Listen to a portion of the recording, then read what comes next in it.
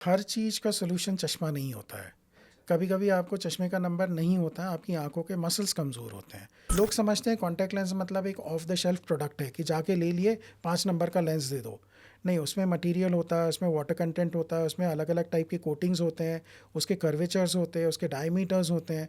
तो मुझे आपके आँखों के हिसाब से और आपकी रिक्वायरमेंट के हिसाब से अगर मैं लेंस का design, material, water content select करूँ, तो फिर कोई इश्यूज़ नहीं आते हैं।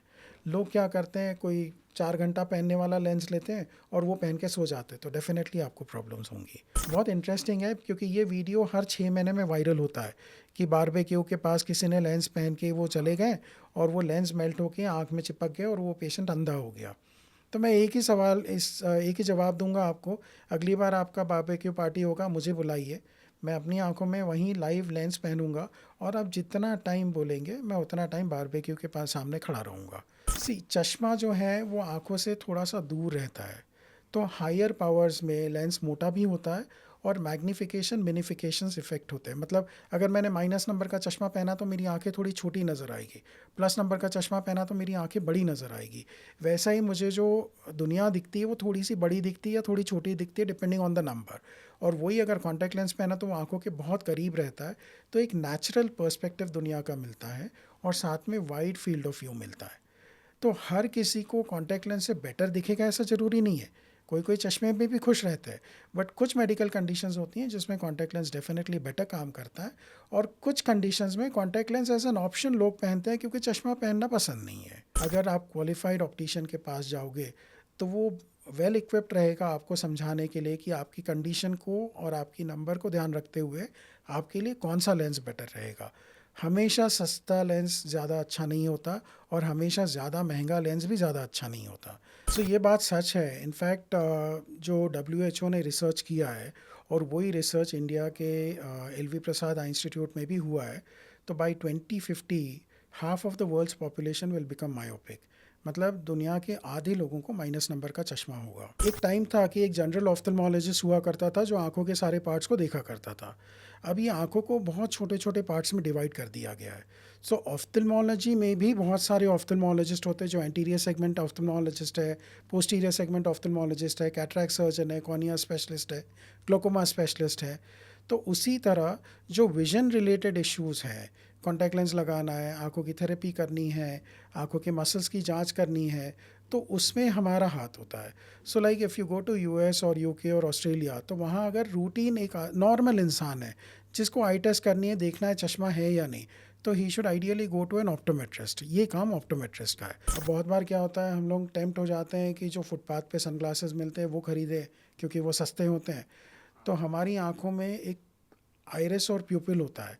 जैसे अगर लाइट शाइन करो तो प्यूपिल कंस्ट्रिक्ट होता है, अंधेरे में वो प्यूपिल डायलेट होता है। डायलेट क्यों होता है? क्योंकि ज़्यादा लाइट की ज़रूरत होती है। बहुत ब्राइट लाइट रहा तो प्यूपिल कंस्ट्रिक्ट होता है, लाइट को फ़िल्टर कर देते हैं। अब अगर आपने सस्ता सनग्लास खरीदा जो यूवी फ़िल्टरिंग नहीं है, लेकिन वो टिंटेड है, तो टिंट की वजह से आपका प्यूपिल डायलेट हो जाएगा और ज़्यादा यूवी रेज़ आपकी आँखों में जाएँगे। मैं ये नहीं कहूँगा कि सस्ते सनग्लासेस ख़राब हैं, पर सस्ते सनग्लासेस में यूवी फ़िल्टर अच्छा है या नहीं वो चेक करना ज़रूरी है। और सनग्लास एक ऐसी चीज़ है जो आपकी रिक्वायरमेंट के हिसाब से लेना चाहिए। आपने सनग्लास कभी भी ऑफ द शेल्फ नहीं लेना चाहिए। तो आपको सनग्लास नॉर्मल धूप में पहनना है या पानी के पास पहनना है या बर्फीले पहाड़ों पे जाने वाले हो उसके लिए पहनना है, उस हिसाब से मेरा आपको रिकमेंडेशन अलग-अलग रहेगा।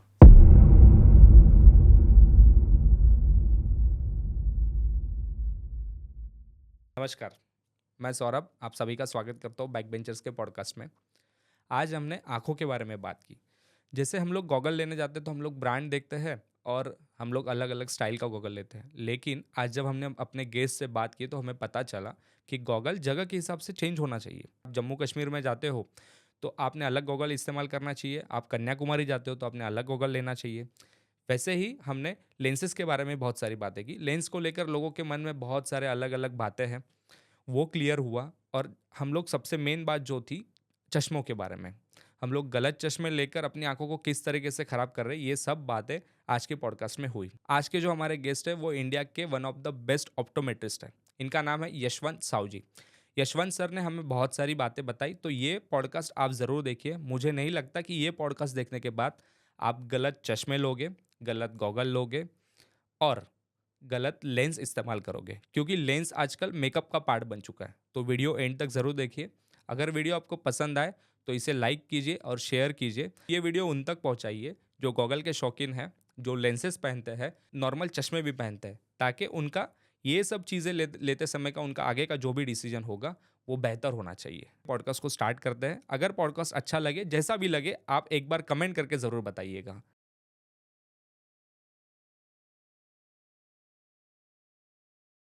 हेलो सर, नमस्कार। कैसे हैं आप? एकदम बढ़िया। हम अभी आपसे बात कर रहे हैं। मैं आपका पहले इंट्रो दे देता हूँ।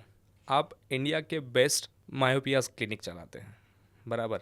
और जैसे मुझे पता है कि नागपुर के एकदम बेस्ट ऑप्टोमेट्रिस्ट हैं आप हैं। मेरी आपसे जब पहचान हुई, जब मैं आपके क्लिनिक में आया, मैंने एक चीज़ देखी कि आपके यहाँ आई टेस्ट होता है, नॉर्मल भी आई टेस्ट होता है बाहर। मैंने इसके पहले बाहर आई टेस्ट करा था, लेकिन आपके पास आने के बाद आई टेस्ट के आप चार्ज लेते हो, करेक्ट। बाहर फ्री में होता है। ऐसा क्यों? वेल, बहुत सारे क्लिनिक्स हैं, कोई फ्री करते हैं, कोई चार्जेस लेते हैं और पॉसिबली हम थोड़ा ज़्यादा ही चार्ज लेते हैं। बट इसकी वजह ये है कि आपने आई एम श्योर कि आई टेस्टिंग में फ़र्क भी महसूस किया होगा। जो टाइप की टेस्टिंग हम करते हैं, जो टाइप के इंस्ट्रूमेंट्स हमारे पास हैं। सो नॉर्मली हम खाली विजन टेस्ट नहीं करते हैं, हम पूरा आँखों के मसल्स की भी जांच करते हैं। आपकी आँखों को माइक्रोस्कोप में देखा जाता है और बहुत सारी ऐसी टेस्ट है जो बाहर नहीं होगी, जो हमारे यहाँ होगी। तो एक नॉर्मल आई टेस्ट अगर आप बाहर करवाओगे, आपका 10 से 15 मिनट में चश्मे का नंबर मिल जाएगा, लेकिन मेरे यहाँ आपको आधा घंटा तो कम से कम लगेगा। और अगर हमें और डिटेल में जांच करनी है तो कभी कभी 1.5 घंटा भी लगेगा।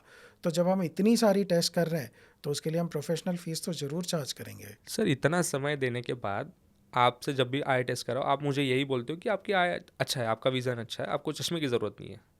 लेकिन नॉर्मली हम मैंने इसके पहले जब भी चेक कराया, उन्होंने मुझे चश्मा दिया है 0.25 या समथिंग, कुछ ना कुछ तो चश्मा मिलता ही है आई टेस्ट कराने के बाद। आपके यहाँ ऐसा नहीं होता है? सो हर चीज़ का सोल्यूशन चश्मा नहीं होता है। कभी कभी आपको चश्मे का नंबर नहीं होता है, आपकी आंखों के मसल्स कमज़ोर होते हैं। तो अगर आपको आंखों के मसल्स कमज़ोर हैं तो हम उसके लिए थेरेपी देते हैं, होम एक्सरसाइजेस देते हैं, इन क्लिनिक थेरेपी देते हैं, जिससे हम मसल्स को स्ट्रॉन्ग कर सकते हैं और आपकी आंखों की प्रॉब्लम को दूर कर सकते हैं। तो हर चीज़ का सोल्यूशन अगर चश्मा रहा तो फिर ये सारी बाकी टेस्ट करने की कोई ज़रूरत ही नहीं है। बिल्कुल। चश्मे का नंबर है तो ज़रूर हम आपको चश्मा देंगे, पर नहीं है तो जो चीज़ से आपका प्रॉब्लम सॉल्व होता है वो हमने देनी चाहिए आपको। सर, लेकिन कुछ डॉक्टर्स का कहना है कि आप जैसे बोले कि थेरेपी हम लोग कराते हैं, कुछ डॉक्टर का सीधा कहना है कि थेरेपी नहीं काम करेगी। ये मिथ है थेरेपी करवाना। ओके। तो उसमें कैसा है, अगर आप पुराने ज़माने के कैमरा को थोड़ा इमेजिन करोगे तो पीछे में रोल होता है और सामने में लेंसेज होते हैं। अगर आपका रोल ख़राब है तो कोई एक्सरसाइज आपको हेल्प नहीं करेगा। अच्छा। लेकिन अगर आपकी आंखों के मसल का जो सिस्टम है, पूरा कोऑर्डिनेशन है, वो डिस्टर्ब्ड है, उसकी वजह से आप बराबर कंसंट्रेट नहीं कर पा रहे हो, आपकी विजन ब्लर्ड है, आपको आई स्ट्रेन या हेडेक हो रहा है, तो ये सारी प्रॉब्लम्स हम एक्सरसाइज से बिल्कुल पूरी तरह ठीक कर सकते हैं। एंड आज के दौर में जो लोग इतना स्क्रीन से एडिक्टेड हैं, मोबाइल से एडिक्टेड हैं, तो इनकी आंखों के मसल्स बहुत कमज़ोर हो जाती हैं। तो कमज़ोर होने की वजह से it reflects in their studies. So concentration बिगड़ जाता है, स्कूल में बराबर वो पढ़ाई नहीं करते हैं। तो अगर मसल्स का वीकनेस डायग्नोज हो गया और उसको थेरेपी दे के ट्रीट कर लिया तो डेफिनेटली बहुत फ़ायदा होता है। तो एक्सरसाइज करना मतलब ये मिथ नहीं है? डेफिनेटली मिथ नहीं है, लेकिन आंखों का हर प्रॉब्लम एक्सरसाइज से ठीक नहीं होगा। अगर स्पेसिफिक वीकनेस है जिसके लिए स्पेसिफिक एक्सरसाइजेस है तो वो ज़रूर ज़रूर ठीक होगा। सर, लॉकडाउन कैसा गया आपका? लॉकडाउन तो मैं कहूँगा कि अच्छा गया, क्योंकि उसके बाद हमारे यहाँ पेशेंट्स की भरमार हो गई, बहुत सारे पेशेंट्स आना चालू हो गए। बट मैं ये डेफिनेटली नहीं मानता हूँ कि स्क्रीन टाइम की वजह से बहुत ज़्यादा आंखें ख़राब हो गई। सब लोग ये मानते हैं। हाँ, मैं भी। मुझे हाँ, तो मुझे ऐसा बोलना है कि screen time definitely is not good for the eyes, but screen time बढ़ने की वजह से आउटडोर टाइम कम हो गया लोगों का। तो आउटडोर टाइम कम होने की वजह से बहुत सारे प्रॉब्लम्स आ गए। तो अगर आप स्क्रीन टाइम और आउटडोर टाइम बराबर बैलेंस कर पाओ तो आंखों के लिए वो बहुत अच्छा है। जैसे कि लॉकडाउन के बाद सबका काम ऑनलाइन हो गया, करेक्ट। घर बैठे हो गया, करेक्ट। स्क्रीन टाइम बढ़ गया, स्कूल करेक्ट। भी बढ़ गया, सब कुछ बढ़ गया। तो उसके बाद क्या एक्सरसाइज आप सजेस्ट करोगे कि लोगों ने ये करना चाहिए अभी? देखिए, स्क्रीन पे ज़्यादा टाइम टाइम काम करने की वजह से आंखों के मसल्स कमज़ोर हो सकते हैं, बट वो रेक्टिफाई हो सकते हैं। तो उसका डायग्नोसिस होके कौन से मसल्स वीक हैं और उसके लिए हमने कौन से एक्सरसाइजेस करने चाहिए, ये आपको एक क्वालिफाइड प्रोफेशनल ज़रूर बताएगा और वो एक्सरसाइज करके आप ठीक हो सकते हो। लेकिन जनरली आपको अगर आंखों को हेल्दी रखना है तो आउटडोर टाइम भी आप बढ़ाइए स्क्रीन टाइम के साथ। आज के दौर में मैं पेशेंट को ये नहीं कह सकता हूँ कि स्क्रीन्स बिल्कुल बंद करिए, बिल्कुल, वो एडवाइस गलत होगी क्योंकि वो मानने नहीं वाले हैं। क्योंकि सब कुछ तो ऑनलाइन है, सब कुछ ऑफ़िस ऑनलाइन है। ऑनलाइन है, बिल्कुल, स्कूल ऑनलाइन बिल्कुल, है। बिल्कुल। तो स्क्रीन टाइम के साथ में आपने कुछ और चीज़ें करनी चाहिए लाइक आउटडोर्स, जिससे आप स्क्रीन टाइम का बैड इफ़ेक्ट्स नलीफाई कर सकते हो। तो आउटडोर्स में क्या?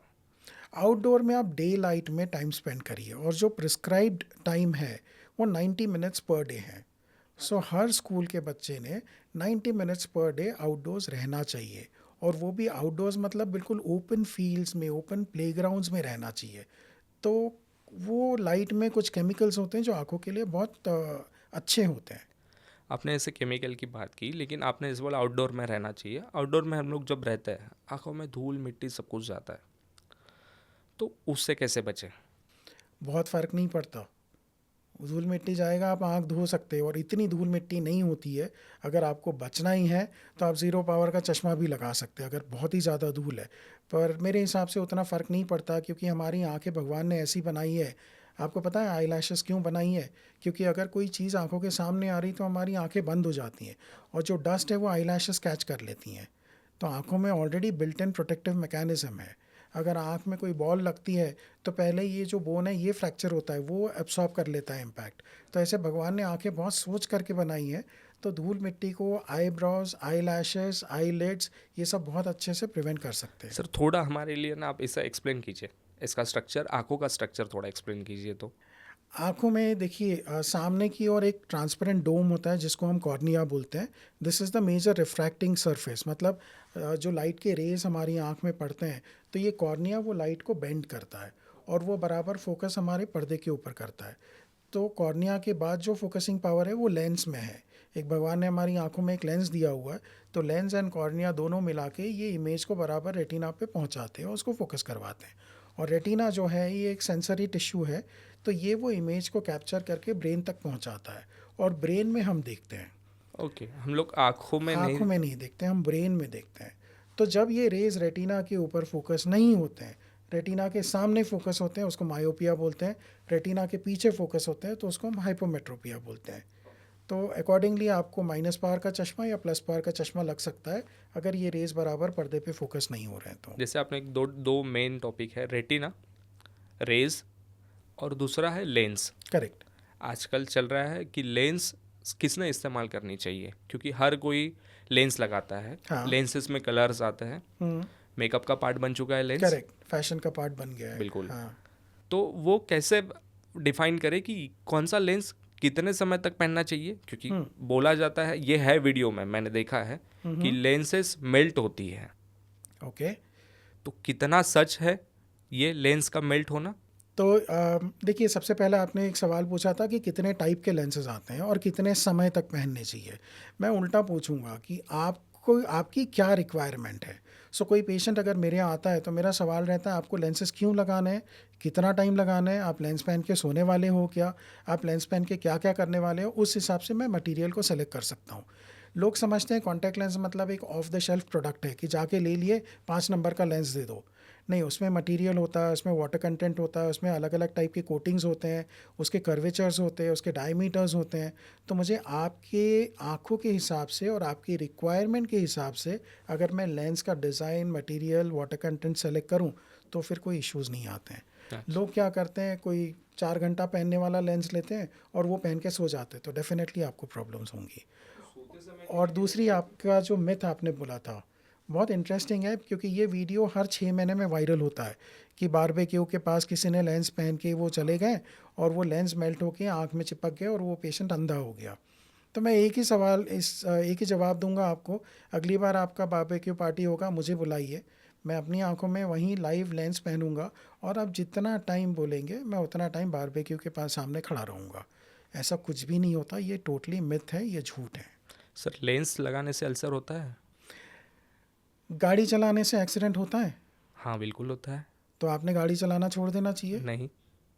गाड़ी आपने चलानी चाहिए, स्पीड कंट्रोल करनी चाहिए, रेड लाइट पे रुकना चाहिए, टायर्स बराबर अच्छे होने चाहिए, गाड़ी मेंटेन्ड होनी चाहिए। तो आप लेंस की बराबर से केयर करोगे तो अल्सर नहीं होता है। अल्सर कब होता है, और वो भी बहुत रेयरली होता है। मतलब ये ऐसा बोलना ठीक नहीं है कि कॉन्टैक्ट लेंस पहनोगे तो अल्सर हो जाएगा। अगर आप केयर नहीं करोगे, लेंस का सॉल्यूशन बराबर चेंज नहीं करोगे, उसमें कंटामिनेशन होगा और फिर आँख में कहीं बराबर नहीं डालोगे, इंजरी हो गई, तो डेफिनेटली अल्सर हो सकता है। बट ये इतना रेयर है, शायद गाड़ी चला के एक्सीडेंट होने से कई गुना रेयर है। अच्छा। तो ये ऐसा लेकिन डर एक पैदा नहीं करना चाहिए। लेकिन एक नॉर्मल आदमी के लिए, जैसे हमारे लिए, हम लोग इस फील्ड से नहीं हैं, हम पेशेंट्स हैं, हम एक नॉर्मल है, तो हम लोग कैसे माने? क्योंकि एक डॉक्टर कहता है कि लेंस नहीं लगाना चाहिए, डॉक्टर का कहना है, डॉक्टर का ही कहना है कि लेंस से अल्सर होता है, डॉक्टर का ही कहना है कि थेरेपी नहीं करनी, थेरेपी से कोई इफेक्ट नहीं आता विजन में, और आप कहते हो कि नहीं थेरेपी करनी चाहिए, लेंस को ऐसे इस्तेमाल करना चाहिए, तो हम लोग कैसे माने सर? इसका बहुत एक सिंपल जवाब है। मैं आपको कुछ नाम गिनाता हूँ जो इंडिया के जाने माने हॉस्पिटल्स है। Shankar Netralaya, LV Prasad eye institute, AIIMS New Delhi, Shankar eye hospital, Aravind eye hospital. Okay. ये बहुत बड़े बड़े हॉस्पिटल्स है। इन सारे हॉस्पिटल्स में कॉन्टैक्ट लेंस डिपार्टमेंट है, इन सारे हॉस्पिटल्स में विजन थेरेपी डिपार्टमेंट है। अच्छा। I think that should be enough for me to explain कि ये कितना ज़रूरी है। बिल्कुल। और ये भी छोटे छोटे डिपार्टमेंट नहीं है, अच्छे 3-3 4-4 कमरे के जो सुबह से शाम तक बिजी रहते हैं। अच्छा। कॉन्टैक्ट लेंस पहनना चाहिए या नहीं, ये उस इंसान से पूछिए जिनको बगैर कॉन्टैक्ट लेंस के कुछ भी नहीं दिखता। क्योंकि ऐसे भी कुछ मेडिकल केसेस होते हैं जिनमें खाली कॉन्टैक्ट लेंस से ही विजन आती है, बाकी विजन नहीं आएगी। चश्मे से तो भी नहीं? नहीं, तो वो लोग तो कॉन्टैक्ट लेंस को एक गहने से ज़्यादा और संभाल के रखते हैं। सर आप बता सकते हैं चश्मा और कॉन्टैक्ट लेंस में डिफरेंस थोड़ा? चश्मा जो है वो आंखों से थोड़ा सा दूर रहता है, तो हायर पावर्स में लेंस मोटा भी होता है और मैग्नीफिकेशन मिनिफिकेशंस इफेक्ट होते हैं। मतलब अगर मैंने माइनस नंबर का चश्मा पहना तो मेरी आंखें थोड़ी छोटी नज़र आएगी, प्लस नंबर का चश्मा पहना तो मेरी आंखें बड़ी नज़र आएगी। वैसा ही मुझे जो दुनिया दिखती है वो थोड़ी सी बड़ी दिखती है या थोड़ी छोटी दिखती है डिपेंडिंग ऑन द नंबर। और वही अगर कॉन्टैक्ट लेंस पहना तो वो आंखों के बहुत करीब रहता है, तो एक नेचुरल पर्सपेक्टिव दुनिया का मिलता है और साथ में वाइड फील्ड ऑफ व्यू मिलता है। तो हर किसी को कॉन्टैक्ट लेंस से बेटर दिखेगा ऐसा ज़रूरी नहीं है, कोई कोई चश्मे में भी खुश रहता है। बट कुछ मेडिकल कंडीशंस होती हैं जिसमें कॉन्टैक्ट लेंस डेफिनेटली बेटर काम करता है, और कुछ कंडीशंस में contact lens as an option लोग पहनते हैं क्योंकि चश्मा पहनना पसंद नहीं है। सर जैसे लेंस जो है हीरोइंस पहनती है, हाँ, बॉलीवुड इंडस्ट्री की, बिल्कुल उनको देख के नॉर्मल लोग भी पहनते हैं मेकअप बिल्कुल के लिए। बिल्कुल। तो सर मेकअप करते समय जो पेंसिल यूज़ होती है, एक ही पेंसिल हर कोई इस्तेमाल करता है नॉर्मल घर में, हाँ, ये क्या सही है? नहीं वो सही नहीं है। इनफैक्ट वो पेंसिल तो छोड़िए, इवन कॉन्टैक्ट लेंस एक ही यूज़ होता है। बहुत बार फ्रेंड्स में क्या होता है, कोई ग्रीन कलर का लेंस खरीदती हैं, कोई ब्लू कलर का खरीदती हैं, and they swap lenses. So वो नहीं करना चाहिए। So contact lens wear again I will say it is very very safe, provided आप आपके लेंसेज खुद यूज़ करिए, किसी और को यूज़ मत करने दीजिए। आपका जो कॉन्टैक्ट लेंस का सोल्यूशन है, जो मेकअप का सामान है, वो खाली आपका होना चाहिए, किसी और ने यूज़ नहीं करना चाहिए। और कलर लेंसेज की जहाँ तक बात है, मैं पर्सनली प्रेफर करता हूँ कि आप अगर daily disposable colour lenses use करेंगे, क्योंकि आज पार्टी है, आज ब्लू कलर के लेंस पहन लिए, दूसरी पार्टी 15 दिन के बाद रहती है, तब तक वो लेंस पड़े रहते हैं केस में, तो उसमें बैक्टीरियल ग्रोथ होती है। तो आप अगर सिंगल यूज़ लेंसेज यूज़ करेंगे तो आज की पार्टी ख़त्म हो गई, लेंस उतार के डिस्कार्ड कर दिए, अगली पार्टी के लिए फ्रेश लेंस पहने। तो ऐसे करेंगे तो डेफिनेटली लेंस वेयर बहुत ज़्यादा सेफ हो जाता है। लेंस के लिए लिक्विड का हाँ, कितना इंपॉर्टेंस है? एक बहुत लिक्विड ज़्यादा। हर लेंस के लिए नहीं नहीं, बहुत ज़्यादा इंपॉर्टेंट है। एक लिक्विड हर पेशेंट ने नहीं यूज़ करना चाहिए, एक पेशेंट की एक बॉटल होनी चाहिए। और वो जो सोकिंग लिक्विड है वो खाली सोकिंग नहीं होता, वो डिसइंफेक्टेंट भी होता है, तो वो लेंस को अगले यूज़ के लिए सेफ कर देता है। तो इसीलिए केस में जो लिक्विड हम डालते हैं वो रोज़ का रोज़ रिप्लेस होना चाहिए। सो पुराना लिक्विड डिस्कार्ड करके उसमें फ्रेश लिक्विड में सोक होनी चाहिए दूसरे दिन लेंस। और केस भी बहुत इंपॉर्टेंट है, जो हफ्ते में एक बार उसको अच्छे से टूथब्रश और साबुन से स्क्रब करके उसको एयर ड्राई करना चाहिए, पूरी सूख जानी चाहिए। तो ये सारे प्रिकॉशंस आप लोगे तो आपको ज़िंदगी भर कोई कॉम्प्लिकेशंस नहीं होंगे। सर चश्मे की बात करते हैं। चश्मा हम लोग नॉर्मली खरीदते हैं, अगर कोई नॉर्मल ऑप्टिकल शॉप में अगर हम लोग जाते हैं, फ्री में आई टेस्ट होता है, ठीक है, उसके बाद नंबर के चश्मे मिलते हैं। एक चश्मा 2000 का मिलता है, वही चश्मा 20,000 का भी बनता है।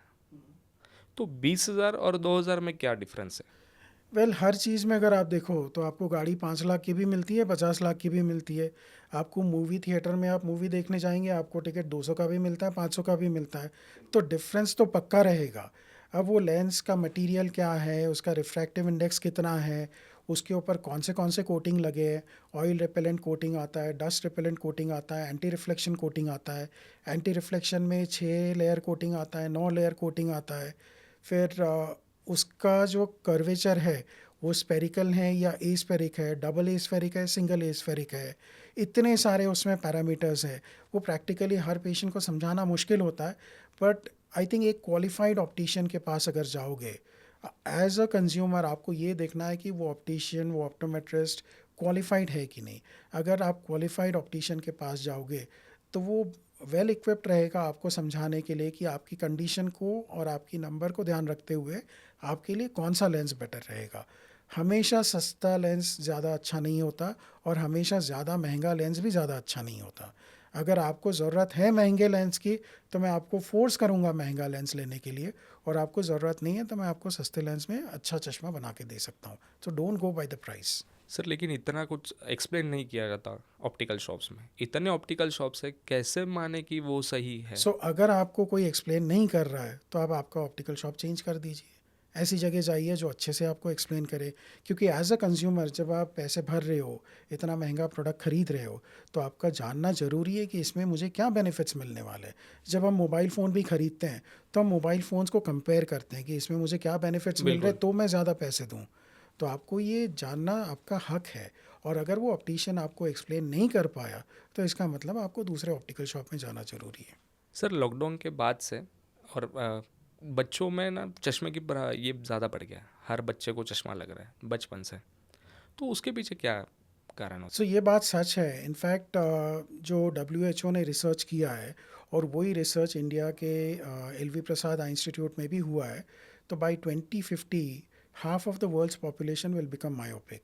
मतलब दुनिया के आधे लोगों को माइनस नंबर का चश्मा होगा। अब चश्मा लगाना कोई बुरी बात नहीं है, लेकिन मायोपिया की वजह से आंखों की लंबाई बढ़ते जा रही है। और हमारा जो पर्दा होता है वो एक बहुत डेलिकेट स्ट्रक्चर होता है जो एक स्पेसिफिक आई बॉल लेंथ के लिए बना होता है। उससे ज़्यादा अगर हमारी आंखों की लंबाई बढ़ जाती है तो रेटिना पतला होता है और आगे चल के उसमें साइट थ्रेटनिंग कॉम्प्लिकेशंस हो सकते हैं। तो ये जो बढ़ता मायोपिया है, इसको कंट्रोल करना बहुत ज़रूरी है। है? मायोपिया जी ये हमेशा बढ़ते रहता है, उम्र के हाँ, हिसाब से बढ़ता है। करेक्ट। तो ये अभी बच्चों में आ रहा है, जितना जल्दी मायोपिया आएगा उतना वो रैपिडली प्रोग्रेस होता है। बट फॉर्चुनेटली अभी अपने पास बहुत सारी चीज़ें अवेलेबल हैं जिससे हम ये नंबर को अच्छी तरह से कंट्रोल कर सकते हैं। हम बंद तो नहीं कर सकते इसका बढ़ना, लेकिन स्लो डाउन ज़रूर कर सकते हैं, एनीवेयर बिटवीन 50 to 70%। अच्छा सर, क्या ऐसा थेरेपी है जो बच्चों ने या हमने रेगुलर, क्योंकि सबका जीवन शैली बदल चुका है, तो कौन सी थेरेपी जो हम लोग घर पे कर सकते हैं? सबसे इम्पॉर्टेंट जो चीज़ है वो आउटडोर टाइम है, जो हमारा बहुत कम होते जा रहा है, क्योंकि हमारे घर छोटे होते जा रहे हैं, हमारा स्क्रीन टाइम बढ़ता जा रहा है। तो बचपन में हम लोग बाहर खेलते थे, आजकल के बच्चे बाहर खेलते ही नहीं हैं। स्कूल से आने के बाद वो होमवर्क करते हैं, टीवी या मोबाइल से एडिक्ट हो जाते हैं, या फिर उनको क्लासेस के लिए जाना होता है। बच्चे बहुत ज़्यादा बिजी हो गए हैं, पर वो किसी तरह टाइम निकाल के 90 मिनट्स पर डे उनका आउटडोर मेंटेन होना चाहिए, जिससे उनको बहुत बेनिफिशियल इफ़ेक्ट्स मिलेंगे। सर आई ट्विस्टिंग ये क्या प्रॉब्लम है? क्योंकि हर छोटे बच्चों में आजकल दिख रहा है, एक दो को छोड़ के आई ट्विस्ट होती है। मेरी भी होती है। हाँ मेरी ट्विस्ट नहीं होती, मेरी एक एक साइड भागती है। हाँ। ये कैसा प्रॉब्लम होता है? तो ये आँखों के मसल्स कमज़ोर होने की वजह से भी हो सकता है, या फिर कोई और प्रॉब्लम की वजह से भी हो सकता है। तो इसमें से कुछ प्रॉब्लम्स हम थेरेपी से ठीक कर सकते हैं, और कुछ प्रॉब्लम्स के लिए आपको सर्जरी भी लग सकती है। तो आप अगर डिटेल में आपका चेकअप करवा लोगे तो आपको क्वालिफाइड प्रोफेशनल जो भी है, ऑफ्थल्मोलॉजिस्ट या ऑप्टोमेट्रिस्ट, आपको समझा पाएगा कि ये एक्सरसाइज से ठीक होगा या इसके लिए सर्जरी लगेगी। मायोपिया के लिए क्या एज है सबसे मिनिमम? मायोपिया देखो, जितना जल्दी आप डायग्नोस करोगे उतना जल्दी हम उसको एंटी मायोपिया ट्रीटमेंट पे डाल सकते हैं। मतलब वो मायोपिया हम बढ़ने नहीं देंगे, हम उसको स्लो डाउन कर सकते हैं। और जितना जल्दी मायोपिया आता है उतना वो रैपिडली बढ़ता है। तो इसलिए ये बहुत ज़रूरी है कि हर बच्चे का एक प्रिवेंटिव हेल्थ चेकअप में आई चेकअप भी होना चाहिए। और अगर मायोपिया है तो वो बच्चे ने एक प्रॉपर मायोपिया कंट्रोल प्रोग्राम में रजिस्टर करके हर 6 महीने में अपनी आई बॉल की लेंथ मेजर करनी चाहिए, और जो भी प्रोफेशनल वो टेस्ट एडवाइस करेगा वो सारी टेस्ट करनी चाहिए। तो ये बहुत ज़्यादा ज़रूरी है, क्योंकि जितना वो बढ़ेगा उतना आगे चल के वो बच्चे की आंखों के लिए रिस्क रहेगा। सर लाइफस्टाइल की वजह से ना अभी प्री मैच्योर बर्थ हो रहा है, तो उससे बच्चों को क्या इफ़ेक्ट होता है? सो प्री मैच्योर बेबीज़ को अगर लाइफ सपोर्ट पे रखा जाए, उनको ऑक्सीजन दिया जाए, तो उनका रेटिना में इश्यूज हो सकते हैं। और एक रेटिना स्पेशलिस्ट जो ऑफ्थल्मोलॉजिस्ट होते हैं, वो इसको बराबर एग्जामिन करके ट्रीट भी कर सकते हैं। तो वैसे ही जो हॉस्पिटल्स होते हैं जहाँ बच्चे पैदा होते हैं, वो लोग एक ऑफ्थल्मोलॉजिस्ट की विज़िट अरेंज करते हैं, और अगर कुछ इश्यूज रेटिना में है तो retina specialist takes care of them. Sir जैसे कि आप कह रहे हो कि ऑफ्थल्मोलॉजिस्ट का विजिट होता है, लेकिन ये हर जगह पॉसिबल नहीं है। अगर गांव खेड़े में हुआ है, आज की डेट में भी बहुत सारी जगह ऐसी है जहां नहीं होता है। तो फिर किस एज में आई टेस्ट होना चाहिए, विजन टेस्ट होना चाहिए बच्चों का? ऐसे बच्चों के लिए विजन टेस्ट से पहले ऑफ्थल्मोलॉजिस्ट का टेस्ट होना बहुत ज़रूरी है। तो अगर ऑफ्थल्मोलॉजिस्ट की विज़िट अरेंज नहीं होती है, तो गाइनोकोलॉजिस्ट जो है वो बराबर आपको रेफ़र करेगा कोई आई हॉस्पिटल में, जहां उनका रेटिना टेस्ट बहुत बहुत ज़्यादा ज़रूरी है। तो ये सारी चीज़ें एक बार टेस्ट हो जाए और रेटिना एक बार नॉर्मल सर्टिफाई हो जाए, फिर 1-1.5 साल के बाद आप बच्चे को मेरे यहाँ लेके आ सकते हैं, जहाँ मैं उनका विज़न कैसे डेवलप हो रहा है ये चेक कर सकता हूँ। पर प्री मैच्योर बेबीज़ हमेशा याद रखिए, ऑफ्थल्मोलॉजिस्ट का रेटिना एग्ज़ाम होना बहुत ज़्यादा ज़रूरी है। ओके। सर आप मेरे ख्याल से फर्स्ट बैच के भारतीय विद्यापीठ के फर्स्ट बैच के स्टूडेंट हैं। हाँ, मास्टर्स का फर्स्ट बैच का स्टूडेंट हूँ। मेरा graduation Sankara Nethralaya elite school of optometry से हुआ है 1991 में। 1990, जी। काफ़ी साल का एक्सपीरियंस हो गया। हाँ जी। सर आपका सबसे यंगेस्ट पेशेंट? कॉन्टैक्ट लेंस के लिए मेरा सबसे यंगेस्ट पेशेंट 4 महीने का है। और 4 महीने अदर का? था, हाँ। उसको बर्थ के टाइम पे कैटरैक्ट हो गया था, तो सर्जन ने उसको ऑपरेट किया था, कैटरैक्ट निकाल दिया था। और इतनी छोटी आँख में इंट्राओकुलर लेंस इम्प्लांट नहीं कर सकते, क्योंकि आँखों के स्ट्रक्चर्स चेंज होते रहते हैं। तो उसको 2-3 साल तक, 4 साल तक उसको कॉन्टैक्ट लेंस पहनना बहुत ज़रूरी था, तो उसको हमने कॉन्टैक्ट लेंस लगाए थे। सर ये जो ऑप्टोमेट्री फील्ड है, ये कैसे काम करती है? क्योंकि हम लोग ऑफ्थल्मोलॉजिस्ट के पास जाते हैं, वो सर्जरी करते हैं, चश्मे बताते हैं, उसके बाद काम ख़त्म हो जाता है। कि आपकी फील्ड में भी ऑप्टोमेट्रिस्ट कुछ है, क्योंकि ये हेल्पिंग हैंड है ऑप्थल्मोलॉजिस्ट का? हाँ, तो ये आपने अच्छा सवाल पूछा, क्योंकि आँखों को एक एक टाइम था कि एक जनरल ऑफ्थल्मोलॉजिस्ट हुआ करता था जो आँखों के सारे पार्ट्स को देखा करता था। अब ये आँखों को बहुत छोटे-छोटे पार्ट्स में डिवाइड कर दिया गया है। सो ऑफ्थल्मोलॉजी में भी बहुत सारे ऑफ्थल्मोलॉजिस्ट होते हैं, जो एंटीरियर सेगमेंट ऑफ्थल्मोलॉजिस्ट है, पोस्टीरियर सेगमेंट ऑफ्थल्मोलॉजिस्ट है, कैटरैक्ट सर्जन है, कॉर्निया स्पेशलिस्ट है, ग्लोकोमा स्पेशलिस्ट है। तो उसी तरह जो विज़न रिलेटेड इश्यूज़ हैं, कॉन्टैक्ट लेंस लगाना है, आँखों की थेरेपी करनी है, आँखों के मसल्स की जांच करनी है, तो उसमें हमारा हाथ होता है। So like if you go to US और यूके और ऑस्ट्रेलिया, तो वहाँ अगर रूटीन एक नॉर्मल इंसान है जिसको आई टेस्ट करनी है, देखना है चश्मा है या नहीं, तो he should ideally go to an optometrist. ये काम ऑप्टोमेट्रिस्ट का है। पर आँख में अगर इन्फेक्शन है, सर्जरी की ज़रूरत है, एनी पैथोलॉजी है, तो उसके लिए ऑफ्थल्मोलॉजी ज़्यादा बेटर फील्ड है। तो आइडियली एज अ कंज्यूमर आपको नहीं पता होगा आपने कहाँ जाना चाहिए। तो एज अ प्रोफेशनल ये मेरी मॉरल रिस्पॉन्सिबिलिटी है कि आप अगर मेरे पास आते हैं और आपका जो भी इशू है वो अगर मेरा फील्ड है तो मैंने ठीक करना चाहिए, अगर मेरा फील्ड नहीं है तो मैंने आपको रेफ़र करना चाहिए कि इसके एक्सपर्ट ये हैं, आप इनके पास जाइए। This is how ideally it should happen. लेकिन सर हमेशा जैसे होता है, ऑर्थो के पास जाओ तो वो थेरापिस्ट के पास भेजते हैं, ऑफ्थल्मोलॉजिस्ट क्या भेजते हैं ऑप्टोमेट्रिक के पास? भेजते हैं, जितना होना चाहिए शायद उतना नहीं हो रहा है, पर ग्रेजुअली अवेयरनेस इंक्रीज़ हो रहा है। और एक ऑफ्थल्मोलॉजिस्ट भी चश्मे का नंबर ज़रूर निकालता है, पर जब उन्हें दिक्कत आती है, उन्हें ऐसा लगता है कि ये थोड़ा कॉम्प्लिकेटेड है, इसमें डाउट है, तो वो पेशेंट को ऑप्टोमेट्रिस्ट के पास भेजते हैं। सर ये ऑप्टिकल शॉप्स जो चलाते हैं, उनका क्या एजुकेशन होता है? क्योंकि एजुकेशन बहुत मायने रखता है। करेक्ट। आपसे बात करते करते मुझे ये पता चला कि करेक्ट। ऑप्टोमेट्रिक हाँ। बहुत बड़ी चीज़ है। हाँ। ऑफ्थल्मोलॉजिस्ट अलग हो गया, ऑप्टोमेट्रिस्ट अलग हो गया। लेकिन जैसे आप भी आई टेस्ट कराते हो, हाँ। ऑप्टिकल शॉप पे भी आई टेस्ट होता है, हाँ। लेकिन जितना आप देखते हो उतना ऑप्टिकल शॉप पे नहीं होता, कितना भी बड़ा ऑप्टिकल शॉप है। करेक्ट। आज की डेट में हमारे आजू बाजू इतने ऑप्टिकल शॉप्स है, बड़े बड़े ब्रांड्स हैं, हाँ। वहाँ पे चश्मे 2000 से लेकर 20,000 तक के मिलते हैं, करेक्ट। लेकिन कोई एक्सप्लेन नहीं करता। तो वो जो नॉर्मल ऑप्टिकल शॉप्स है वो कैसे चलता है? अभी ऑप्टिकल शॉप में भी अगर आप देखोगे ना, तो बहुत सारे optical shops are manned by qualified professionals. Optical shop में भी ऑप्टोमेट्रिस्ट होते हैं।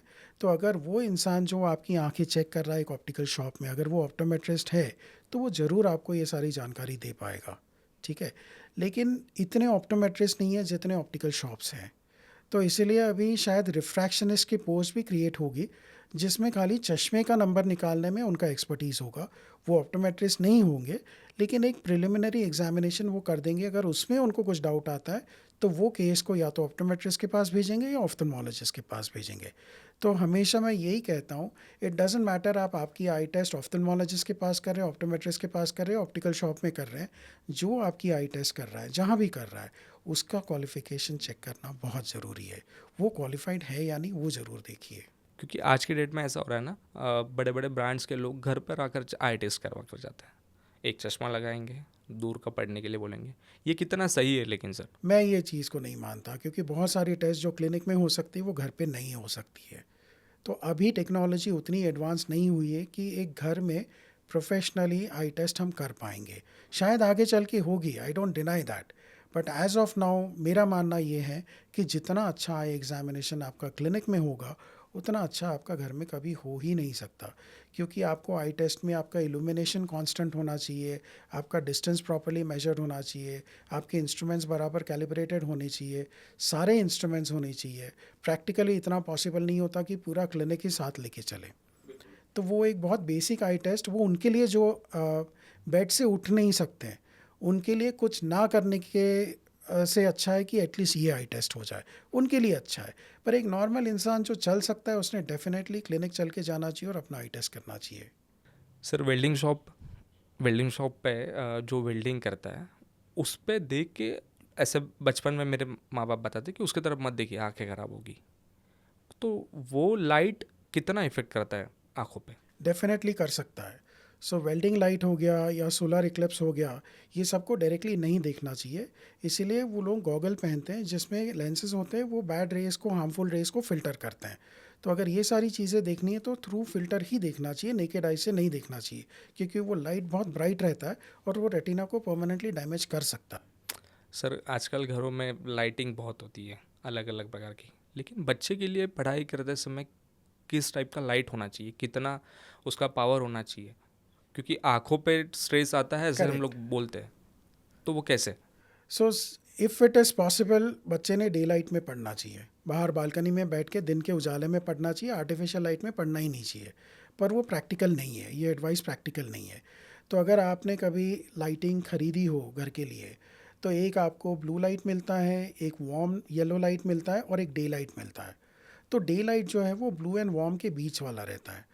सो डे लाइट के लाइट्स अगर आप घर में लगाएंगे तो वो ज़्यादा अच्छा है। और काफ़ी बार बात करते समय आपको प्रोफेशनल्स बताएंगे कि बहुत अंधेरे में नहीं पड़ना, अच्छा लाइट होना चाहिए। अब अच्छा मतलब कितना? बहुत ब्राइट लाइट से कुछ लोगों को दिक्कत जा सकती है, जिनकी आंखों के मसल्स कमज़ोर है उनको दिक्कत जाएगी। बहुत कम लाइट से भी दिक्कत जाएगी। तो एक डिसेंट इल्यूमिनेशन जिसमें हमारी किताब अच्छी दिखे वो, और वो इल्यूमिनेशन अगर अपने पीछे से किताब के ऊपर आता है और इस तरह से आता है कि उसके रिफ्लेक्शंस ना हो। क्योंकि बहुत बार क्या होता है, शाइनी सरफेस होता है, मोबाइल होता है, लैपटॉप होता है, जिसके ऊपर पीछे से लाइट आया तो उसमें हमें लाइट भी दिखता है, रिफ्लेक्शन, तो वो आंखों को स्ट्रेन क्रिएट करता है। तो सॉफ्ट लाइटिंग अगर रहा लेकिन ब्राइट लाइट रहा जो रिफ्लेक्शंस क्रिएट नहीं कर रहा हो और डे लाइट टेम्परेचर रहा उसका, तो I think this will be the most ideal one. Okay sir, lens के बारे में बात करें, जैसे हमारा भी लेंस होता है, कैमरा भी लेंस होता है, ब्लर हो जाता है विजन एक एज के बाद। आजकल तो यंग एज में भी हो रहा है, वो ब्लर विजन होना मतलब क्या? आई थिंक आप जो बोल रहे हैं वो 40s के बाद का ब्लर है। तो नॉर्मली आपने देखा होगा कि जब हम 35 तक होते हैं तो हम ये डिस्टेंस पे पढ़ते हैं और कुछ टाइम के बाद फिर हमारा वो डिस्टेंस बढ़ जाता है, क्योंकि जिसको हम 40 का चश्मा बोलते हैं, तो 40 में क्या होता है कि हमारी आंखों की फोकसिंग पावर जो है वो कम हो जाती हैं। और फोकसिंग पावर जितने से कम होती है उतने नंबर का हमें चश्मा पहनना पड़ता है, नहीं तो हमें ये डिस्टेंस पे हम फोकस नहीं कर पाते, हमारा डिस्टेंस बढ़ता जाता है। क्या डिस्टेंस होता है वो? अब जो नॉर्मल रीडिंग डिस्टेंस अगर हम बात करें तो आइडियली साइंटिफिक जो डिस्टेंस है उसको हार्मन डिस्टेंस बोलते हैं, जो हर किसी का अलग होता है, जो इतना होना चाहिए। आपने फिस्ट बना ली, यहाँ रखी, तो आपका रीडिंग मटेरियल यहाँ होना चाहिए, बट वो प्रैक्टिकल नहीं होता है। सो नॉर्मली 33 to 40 सेंटीमीटर्स में लोग रीडिंग मटेरियल पढ़ते हैं।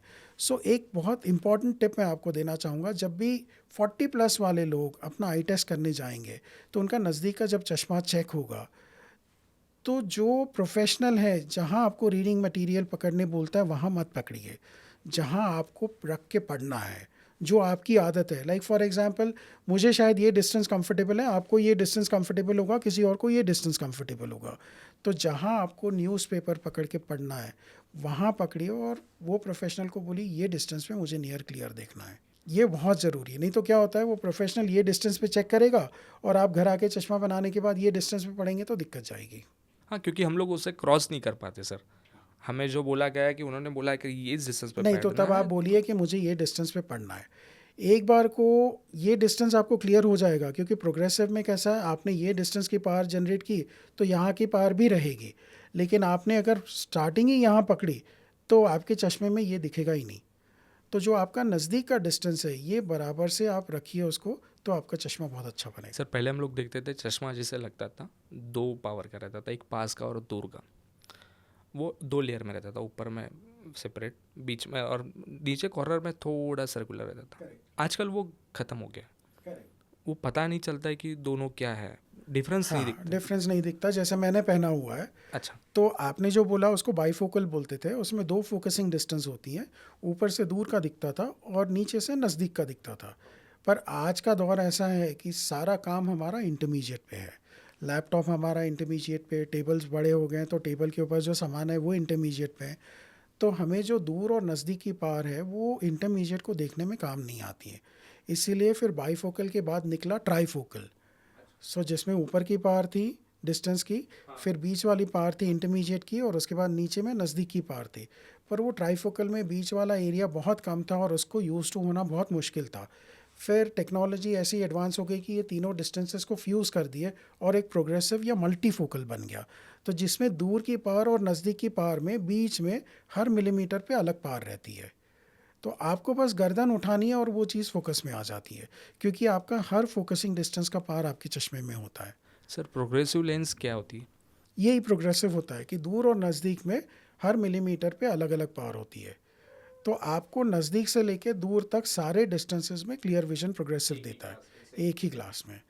तो उसको थोड़ा यूज टू होने के लिए टाइम लग सकता है, लेकिन आज के डिज़ाइन इतने अच्छे हैं कि ऑलमोस्ट, अगर फिटिंग उसका बहुत क्रूशल है, अगर फिटिंग गलत हुआ तो यूज टू नहीं होते हैं।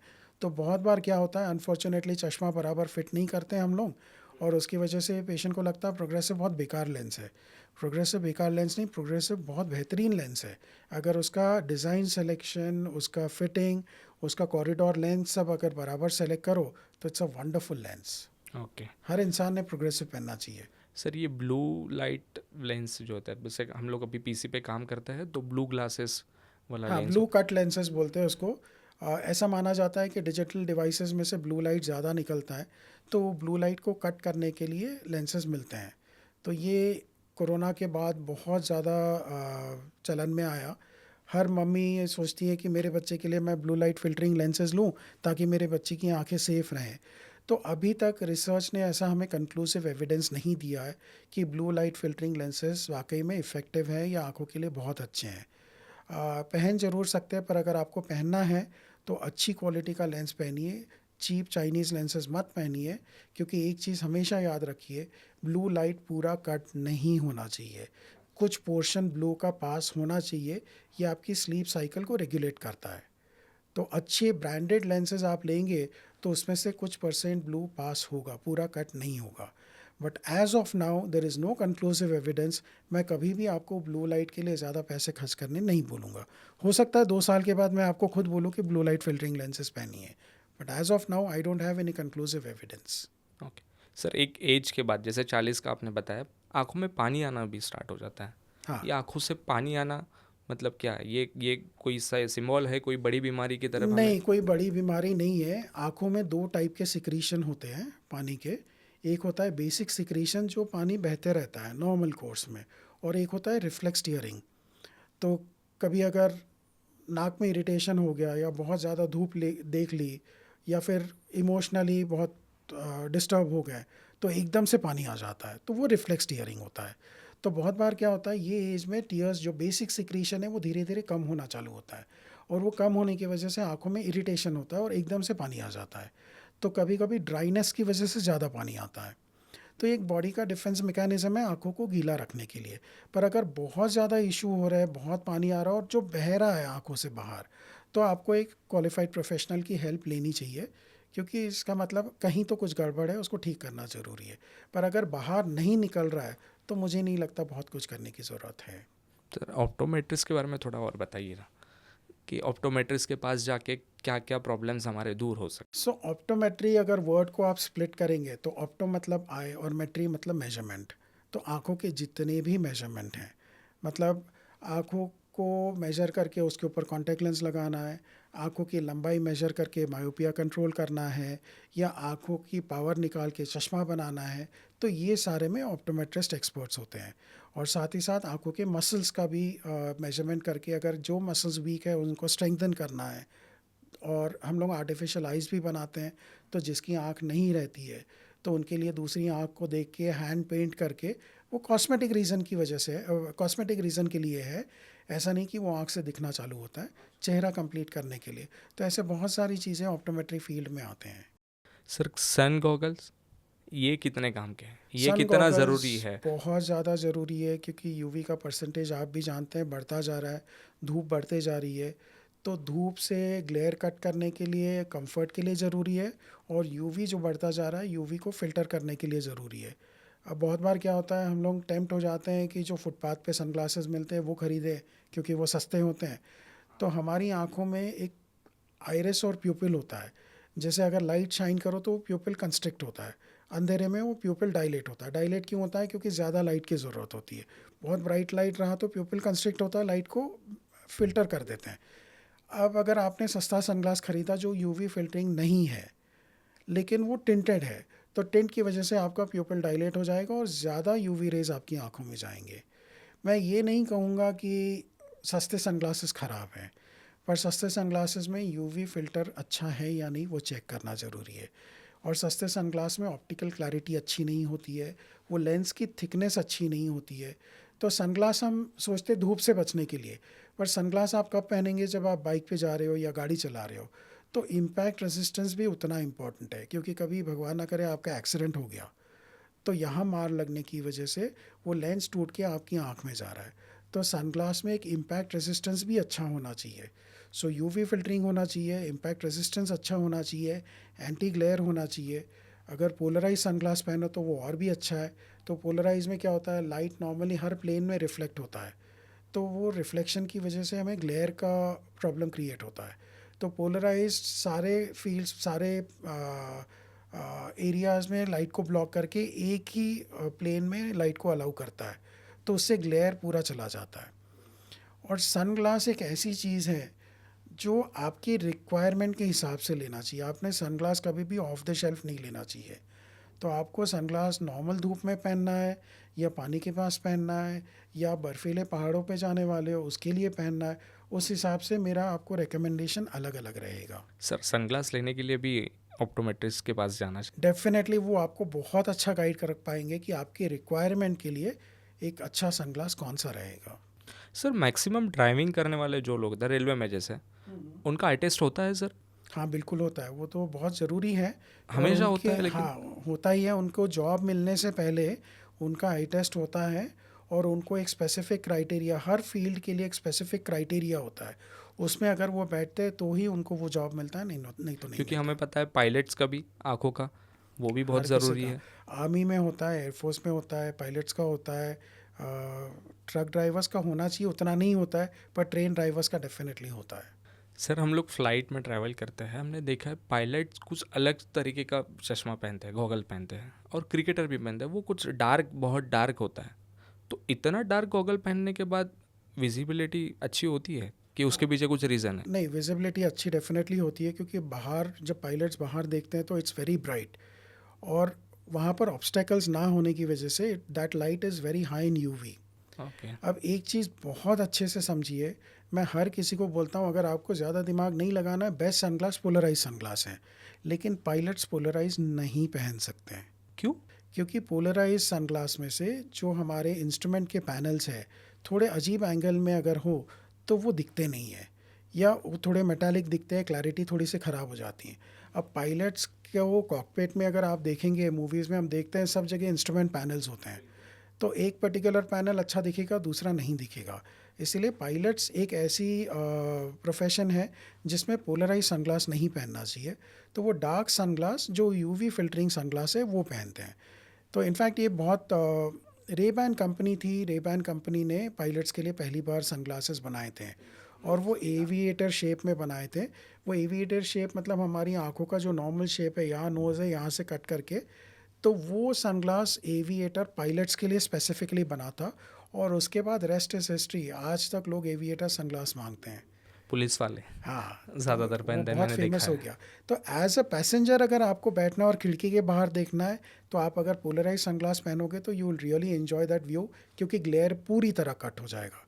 But as a pilot, non polarise UV filtering dark sunglass. लेकिन सर ग्राउंड पे खेलने के लिए खेलने वाले जो अपने प्लेयर्स हैं वो भी हाँ, पहनते हैं, वो हाँ, अलग अलग कलर का गॉगल हाँ, होता है तो बड़ा वो बड़ा। उसके ऊपर मिरर कोटिंग लगा होता है। तो मिरर कोटिंग क्या करता है, लाइट को और थोड़ा सा डिम कर देता है, क्योंकि ग्राउंड पे अगेन रिफ्लेक्शन सब जगह से होते हैं।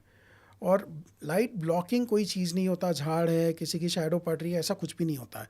तो ग्राउंड पे लाइट बहुत ज़्यादा होता है, तो मिरर कोटिंग की वजह से लाइट थोड़ा सा डिम हो जाता है, विजन कंफर्टेबल हो जाता लेकिन सर आपने जैसे बताया था कि हमें दूर का ज़्यादा देखना चाहिए, आपने मुझे बताया था, तो ग्राउंड में तो हर जगह हरा रहा है, तो वो तो वैसे भी दिखने के लिए अच्छा है। है। नहीं, वो अच्छा है। अब इनको अगर लाइट स्पॉट करना है जहाँ पर बहुत ज़्यादा लाइट है, और बॉल स्पॉट करना है जहाँ पर बहुत ज़्यादा लाइट है, तो उनको लाइट कट करना ज़रूरी होता है। ऐसा ज़रूरी नहीं कि मिरर कोटिंग ही पहने, पर मिरर कोटिंग पहनेंगे तो और ज़्यादा कंफर्टेबल होता है। आप जो पायलट सनग्लास पहन रहे हैं, वो भी सनग्लास अगर क्रिकेटर्स ने पहना तो उनको ग्राउंड में अच्छा परफॉर्म कर पाएंगे। पर थोड़ा सा लाइट डिमिंग इफेक्ट होना चाहिए। ओके। सर आपने एक यूवी रेज के बारे में बात की थी, एक ऐसी सवाल आया कि इंफ्रारेड रेज भी कुछ। हाँ, इंफ्रारेड रेज भी होते हैं। मेनली हम लोग यूवी प्रोटेक्शन देखते हैं सनग्लास में, लेकिन इंफ्रारेड फिल्टरिंग लेंसेज भी आते हैं। वो स्पेसिफिक जॉब टाइप की रिक्वायरमेंट्स होती हैं, जिनको कोई फर्नेस में देखना है और ऐसे एरियाज जहाँ पर वो इंफ्रारेड रेज के साथ एक्सपोज हो रहे हैं, तो उनके लिए वो अलग से फ़िल्टर्स आते हैं जो पहन सकते हैं। पर नॉर्मली लोगों को यूवी फिल्टरिंग ज़्यादा ज़रूरत है। सर आप क्या सजेशन दोगे जो लोग प्लांट में काम करते हैं, जिनका प्लांट में काम होता है फर्नेस के पास, तो उनके लिए क्या गॉगल्स हाँ, उन्होंने तो पहनने उनके चाहिए? लिए एक कलोबार करके एक लेंस आता है जो इंफ्रारेड फिल्टरिंग होता है। उसके अलग चश्मे मिलते हैं, वो पहन सकते हैं। या फिर कुछ सनग्लासेस में दोनों भी आ जाता है, हाई एनर्जी यूवी फिल्टर होता है। तो ऐसे स्पेशल सनग्लासेस आते हैं जो वो पहन सकते हैं फ़िल्टर्स के लिए। बट मोस्ट ऑफन वो फ़िल्टर्स में भी प्रोटेक्टिव आईवेयर रहता है, वो पहन के ही लोग फ़िल्टर में देखते हैं। तो आपको अलग से नहीं पहनना पड़ता है, वो कंपनी आपको प्रोवाइड करती हैं। ओके। सर पेंटिंग करते समय कितना ज़रूरी है चश्मा पहनना? बहुत ज़रूरी। इनफैक्ट खाली पेंटिंग क्यों, कारपेंट्री रहे, पेंटिंग रहे, या जो भी मेसनरी वर्क रहे, हर चीज़ में आँखों को इंजरी से रिस्क रहती है। या तो केमिकल्स आँखों में जा सकते हैं, या फिर कारपेंटर जब काम करता है तो वुड पार्टिकल्स या नेल पार्टिकल्स आँखों में जा सकते हैं। तो ये इस टाइप का काम करने वालों ने, हर किसी ने प्रोटेक्टिव गॉगल्स पहनने चाहिए। और वो गॉगल्स बहुत सस्ते आते हैं, लेकिन फिर भी कोई पहनता नहीं है। और आए दिन हमारे पास वर्कर लोग आते हैं कि आँख में मेटल का पीस चला गया, आँख में वुडन का पीस चला गया। तो ये सब हम प्रिवेंट कर सकते हैं अगर वो अप्रॉक्सीमेटली 100-150 रुपये में आपको एक ठीक ठाक गॉगल मिल जाता है जो प्रोटेक्टिव गॉगल हो। जैसे बच्चों का हो गया, लेकिन एक एज के बाद हमें आंखों से कम दिखाई देता है, मोतिया बिंदु क्या होता है सर? सो मोतिया बिंदु, जिसको हम नॉर्मली कैटरैक्ट बोलते हैं, तो हमारा जो ओरिजिनल लेंस है आँखों में जो है वो क्लाउडी होना चालू होता है। और ये नेचुरल एजिंग प्रोसेस है। तो माना जाता है कि थोड़ा सा न्यूट्रिशन कम होने की वजह से, यूवी एक्सपोजर होने की वजह से, या आपने जो फर्नेस का एग्जांपल दिया वो एक्सपोजर होने की वजह से कैटरैक्ट थोड़ा जल्दी होता है। कभी कभी कुछ दवाइयों की वजह से भी कैटरैक्ट होता है। तो जब वो लेंस क्लाउडी हो जाता है तो लाइट आर पार नहीं जा सकता, लाइट हमारे पर्दे तक नहीं पहुंच सकता है। तो वो लेंस को निकालना ज़रूरी होता है। तो वो लेंस को पूरा नहीं निकाला जाता है, वो लेंस का जो क्लाउडी पोर्शन है वो निकाल के जो ट्रांसपेरेंट पोर्शन है उसको पीछे छोड़ा जाता है। और सर्जन लोग वो ट्रांसपेरेंट पोर्शन में एक इंट्राओक्यूलर लेंस इम्प्लांट करते हैं, प्लास्टिक का लेंस अंदर डाला जाता है और विजन पूरी वापस आ जाती है। तो जब तक आपका पर्दा नॉर्मल है, कैटरैक्ट की वजह से जो विजन आपकी कम हो गई वो पूरी रिकवर हो जाती है। सर ये पैचिंग वाला सिस्टम क्या होता है? वो थेरेपी में मैंने देखा है। हाँ, तो ये एक ऐसा एक एम्ब्लायोपिया करके एक कंडीशन है जिसमें दोनों आँखों में एक आँख की विज़न डेवलप नहीं होती किसी कारण से, या तो उसको ज़्यादा नंबर है या उसको स्टिमुलस नहीं मिला, बहुत सारे रीज़न्स हैं। तो वो विज़न अगर डेवलप नहीं हुई तो अच्छी आँख को पैच किया जाता है ताकि ख़राब आँख से वो बच्चा देखने पे मजबूर हो जाए और उसकी विज़न धीरे धीरे इम्प्रूव हो जाए। तो ये एक टाइम पे बहुत पॉपुलर थेरेपी थी और बहुत अच्छी थेरेपी थी क्योंकि रिजल्ट्स अच्छे हैं। लेकिन एक और चीज़ हमें ध्यान रखनी चाहिए कि दोनों आँखें एज अ टीम काम करते हैं, इकट्ठा काम करते हैं। तो अगर हम पैचिंग करना चालू करें तो जो ये हमारा टीमिंग अप है ये डिसरप्ट हो जाता है। तो हम एक प्रॉब्लम को ठीक करने जाते हैं और दूसरा प्रॉब्लम क्रिएट करते हैं। तो अभी इससे और बेहतर थेरेपीज़ अवेलेबल है जिसमें दोनों आँखें खुली रख के भी हम वो एम्ब्लायोपिक आई या जो आँख सो गई है उसको जगा सकते हैं। तो अभी लेटेस्ट थेरेपीज़ को यूज़ करेंगे तो और ज़्यादा बेनिफिट होता है rather than doing patching. Sir जैसे आपने बोला मसल्स की थेरेपी बहुत ज़रूरी है मसल्स के लिए, ये मेरा खुद का एक्सपीरियंस है सर। मुझे ना मेरा जैसा आई ट्विस्ट होता है, देखते समय अगर ज़्यादा समय मैं स्ट्रेट देख रहा हूँ तो ये सब एक साइड का ना बहुत अकड़ जाता है, ये दर्द देता है। तो इसका कोई रिलेशन है, बार बार इसका तकलीफ होना आँखों हमेशा से? रहेगा ऐसा ज़रूरी नहीं, लेकिन रह भी सकता है क्योंकि एक पर्टिकुलर पोजीशन में आपकी आंखें बराबर स्ट्रेट रहती है, तो वो पोजीशन आप मेंटेन करने का ट्राई कर सकते हैं। आपकी केस में नहीं, लेकिन कुछ केसेस में। तो वैसा रहा तो फिर यहाँ पर मसल में टाइटनेस आ सकता है। सो केस टू केस वो वेरी करता है, हर किसी की केस में वो सच नहीं है। ओके सर, विजन की वजह से सिर दर्द भी होता है, बिल्कुल होता है। तो ये डायरेक्ट इफेक्ट करता है? हाँ, क्योंकि दोनों आँखों का एक टीम होता है, वो एज अ टीम काम करते हैं। और वो टीम अगर डिस्टर्ब हो गई, मसल्स वीक हो गए और वो टीम बराबर अपना मेंटेन नहीं कर पाए तो उससे हेडेक ज़रूर होगा। तो बहुत बार ऐसा होता है कि लोगों का 10-10 साल का हेडेक होता है और वो सिंपल आँखों के मसल्स के एक्सरसाइज की वजह से ठीक हो जाता है। तो ये चीज़ को रिकग्नाइज़ करना बहुत ज़रूरी है कि आई टेस्ट मतलब खाली चार्ट पढ़ लिया, लास्ट लाइन दिख गई तो आपकी आंखें नॉर्मल हैं, ऐसा नहीं है। आपकी आंखों के मसल्स की भी जांच होनी चाहिए और अगर वीक आई मसल्स हैं तो उनको स्ट्रॉन्ग करना चाहिए।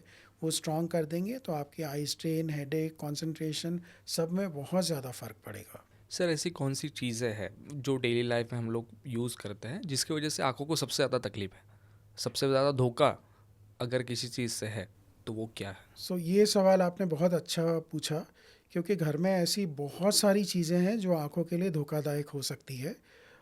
ख़ास करके जो केमिकल्स हम घर में स्टोर करते हैं, तो जो हमारा ड्रेन क्लीनिंग लिक्विड होता है वो एक एल्कली होता है। घर में जो चूना रखा रहता है जो हम पान में लगाते हैं वो एक एल्कली होता है। तो पहले हम केमिकल्स को क्लासिफाई करते हैं acidic chemicals and alkali chemicals. So general knowledge से हमें लगता है एसिड्स तो आंखों के लिए बहुत ख़तरनाक होंगे, पर एसिड से ज़्यादा अल्कली ख़तरनाक है क्योंकि एसिड आपकी आंख को डैमेज करके एक स्टेज पे रुक जाता है और एल्कली आपकी आंख को पेनिट्रेट करके डैमेज करते रहता है। तो जो एल्कलीज है जो सबसे कॉमन घर में रहता है वो चूना है। तो चूना आपकी आंखों के लिए बहुत ज़्यादा डेंजरस है और वो चूना अनफॉर्चुनेटली छोटे पैकेट प्लास्टिक पाउचेस में आता है जो बहुत फ्लिम्सी प्लास्टिक होता है। तो वो प्लास्टिक खोलते समय वो बर्स्ट हो जाता है और बर्स्ट होकर चूना आँख में जाता है। तो मैं तो हमेशा कहता हूँ मेरे घर में अगर चूना रखा है तो मैं कहता हूँ पान खाने के बाद चूना कहीं ऊपर उठा के रख देना, बच्चों की रीच में होना ही नहीं चाहिए। और बाई चांस कभी अगर ऐसी इंजरी हो गई तो सबसे पहले आपको याद रखना है कि आँख में जितना आप पानी डाल सकते हो, मतलब आपकी आँख के इनर कॉर्नर, मान लो ये आँख में इंजरी हुई है, केमिकल गया है, तो आपकी इनर कॉर्नर में पानी जाना चाहिए और यहाँ से वो बह जाना चाहिए। ओके। तो ये जो फ्लशिंग है ये बहुत ज़्यादा ज़रूरी है। 20 लीटर 30 लीटर जितना भी आप पानी डाल सकते हो, आपको मेडिकल हेल्प मिलने तक आँखों का वॉश ऑफ होना ज़रूरी है। तो उससे वो एल्कली जो आँख में गई है, जो एसिड आँख में गया है, वो डाइल्यूट होता जाएगा। तो ये केमिकल इंजरीज नहीं होनी चाहिए। तो ये हमेशा अगर घर में छोटे बच्चे हैं तो बच्चों की रीच से बाहर रखिए, लेकिन आपकी आई लेवल पे रखिए क्योंकि आपने बहुत ज़्यादा ऊपर रखी तो आप जब उसको निकालेंगे तो आपको ऊपर देखना पड़ेगा, तो वो आपकी आँख में गिर सकता है। तो हमेशा बच्चों की रीच से बाहर, लेकिन आपकी आई लेवल पे इसको स्टोर करिए तो वो ज़्यादा सेफ रहता है। और दूसरा एक कॉमन इंजरी है जिसको मिसाइल इंजरी बोलते हैं कि आँख में कुछ भी पार्टिकल जाता है, और गांव में ये बहुत कॉमन है, बो एंड एरो। सो रामायण चलता है टीवी पे, बच्चे अपना बो एंड एरो बनाते हैं और वो एरो के ऊपर सामने में पिन लगाते हैं और बिल्कुल। जानवर को मारते हैं। या पिन नहीं भी लगाया आपने, डायरेक्टली अगर वो कमची से लेके एरो बनाया और वो छोड़ा और वो आँख में गया तो that's a very dangerous injury, और ये बहुत कॉमन है। जब भी टीवी पे रामायण चलता है ये इंजरीज होती हैं, और दिवाली के वक्त क्रैकर इंजरीज होती हैं। तो बच्चे अब आइडियली हर बच्चे ने प्रोटेक्टिव ग्लास पहनना चाहिए और फिर पटाखे उड़ाने चाहिए, पर कोई करता नहीं है। और ऐसा ज़रूरी नहीं है कि आप क्रैकर बर्स्ट कर रहे हो तो ही आपको इंजरी हो रही है। कोई बंदा घर के अंदर बैठे रहता, पेपर पढ़ते रहता, बाहर कोई बच्चा क्रैकर एक्सप्लोड करता है, उसका एक पार्टिकल घर के अंदर जाके बेडरूम में जो आदमी पेपर पढ़ रहा है उसकी आँख में जाता है। सो दिवाली के वक्त cracker injuries are very common. Sankranti के वक्त वो मंजे से इंजरी होना बहुत कॉमन है। तो ये सब चीज़ के लिए कभी कभी मुझे लगता है कि मेरा बस चले तो हर बच्चे को मैं ज़ीरो पावर का चश्मा दे दूं ताकि उनकी आंखें प्रोटेक्टेड रहें। सर इतने साल का एक्सपीरियंस के बाद बहुत सारे पेशेंट्स आपने देखे, क्या एज होता है जिस एज के बाद आँखों की तकलीफ बढ़ती है नॉर्मली सबसे ज़्यादा? ऐसा हम जनरलाइज नहीं कर सकते कि ये एज के बाद ही आंखों की तकलीफ़ चालू होगी। तकलीफ़ कभी भी हो सकती है, बट जनरली एजिंग चेंज जो होता है सबसे पहला हमें कैटरैक्ट से शुरू होता है। कैटरैक्ट आंखों में आता है, फिर थोड़ा वो एज में ड्राइनेस के इश्यूज़ होते हैं। तो ये बहुत कॉमन इश्यूज़ है, और थोड़ी आगे और एडवांस्ड एज 70s 80s में कभी कभी पर्दे में कुछ ख़राबी होती है। ख़ास करके अगर किसी का डायबिटीज़, लॉन्ग स्टैंडिंग डायबिटीज़ है या लॉन्ग स्टैंडिंग हाइपरटेंशन है, तो उससे आँखों में इश्यूज़ हो सकते हैं। तो अगर आप एजेड हो और आपको 10 साल 15 साल से डायबिटीज़ या हाई ब्लड प्रेशर है, तो एक रेटिना स्पेशलिस्ट जो ऑफ्थल्मोलॉजिस्ट होते हैं उनके पास आपकी आँखों की जांच करना बहुत ज़रूरी है। एक और चीज़, जैसे हम बीपी चेक करते हैं एक एज के बाद, तो आपको आँखों का प्रेशर भी चेक करना ज़रूरी है, क्योंकि कुछ केसेस में आँखों का प्रेशर बढ़ जाता है और वो धीरे धीरे आँखों को डैमेज करते रहता है और हमें पता भी नहीं लगता है। तो ये सारी टेस्ट होनी चाहिए। आजकल की लाइफस्टाइल की वजह से स्ट्रेस काफ़ी बढ़ रहा है, तो स्ट्रेस भी एक रीज़न है विजन कमज़ोर करने के लिए? स्ट्रेस उतना रीज़न नहीं है, लेकिन वो स्ट्रेस अगर आँखों की मसल की वीकनेस की वजह से है तो वो ट्रीटेबल है, मैनेजेबल है। It is just that we need to recognise that कि बहुत ज़्यादा नज़दीक का काम करने की वजह से आँखों के मसल्स कमज़ोर हो गए, तो उनको जांच करके स्ट्रेंथन करना ज़रूरी है। तो दैट्स ऑल मैनेजेबल। सर आँख धोने के लिए हम लोग बोलते हैं कि ठंडे पानी से आँख धोनी चाहिए, ये कितना सही है? फ्रीज के पानी से भी आँख धोनी चाहिए कि नॉर्मल एक कोई टेम्परेचर है उसका? नहीं, नॉर्मल वाटर से आँख धोए तो काफ़ी है, फ्रिज के पानी से धोने की ज़रूरत नहीं है। अब ये भी आंसर थोड़ा सा कंट्रोवर्शियल है, क्योंकि पानी में कुछ बैक्टीरिया ऐसे होते हैं जो आँखों के लिए अच्छे नहीं होते हैं। तो कुछ लोग आपको ये भी बोलेंगे कि आँखों में डायरेक्टली नल का पानी नहीं डालना चाहिए। पर अगर आपकी आँखें अच्छी कंडीशन में, अगर आप एक नॉर्मल इंसान हो, तो आप ठंडे पानी से आँख धो सकते हैं, क्योंकि हम सब नहाते हैं, नहाते वक्त शावर का पानी आँख में जाता ही है, कुछ होता नहीं है। पर अगर उस दौरान आपकी आँख में इन्फेक्शन है या कुछ इंजरी हुई है खास करके, तो फिर नल का पानी या शावर का पानी एडवाइजेबल नहीं है। बट नॉर्मल केस में हम नल के पानी से आँख धो सकते हैं। सर फेशियल वेशियल कराते हो आप? जी नहीं, मैं बिल्कुल नहीं कराता हूँ, मुझे क्योंकि सर आदत हमने नहीं है। देखा है फेशियल कराते समय रोज़ वाटर डाला जाता है आँखों में, ककड़ी रखी जाती है, ये आँखों के लिए सही है सही में? देखिए, रोज़ वाटर अगर कॉन्टेमिनेटेड ना हो, क्योंकि ये बहुत ज़रूरी है, वो रोज़ वाटर बहुत महीनों से फ्रिज में पड़ा रहता, बॉटल खुली रहती है, तो अगर वो कॉन्टेमिनेटेड हो गया तो वो बहुत ज़्यादा सेफ़ नहीं है। पर अगर सील्ड बॉटल है, कॉन्टेमिनेटेड नहीं हो, अच्छी क्वालिटी का हो, जहाँ तक हो सके आँखों में कुछ भी नहीं डालना चाहिए, मेरा ये मानना है। पर ये सालों साल से चलते आ रहा है, गुलाब जल हम आँखों में डालते हैं, उससे आँखों को थोड़ी सी ठंडक पहुँचती है, थोड़ा अच्छा लगता है।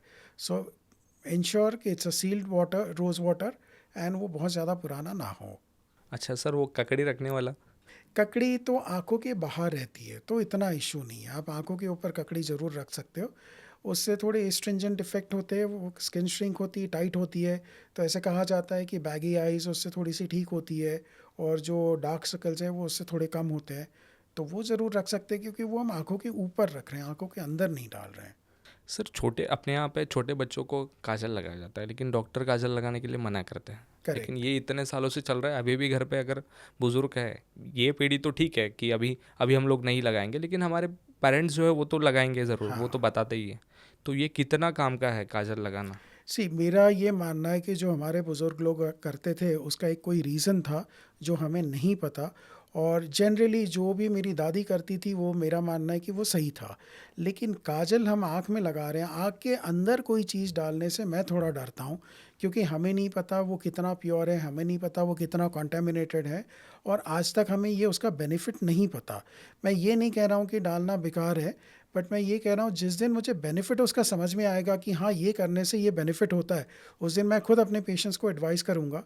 बट एज़ ऑफ नाउ मुझे उसका बेनिफिट नहीं पता, और मैं डरता हूँ आँख के अंदर कोई चीज़ डालने से, और जिस तरह से डाला जाता है उसमें एक थोड़ी सी रिस्क भी रहती है कि आँखों को उंगली से इंजरी भी हो सकती है। तो एक तो काजल कितना कॉन्टामिनेटेड है, और ऊपर से लगाते वक्त आँख में इंजरी नहीं होनी चाहिए।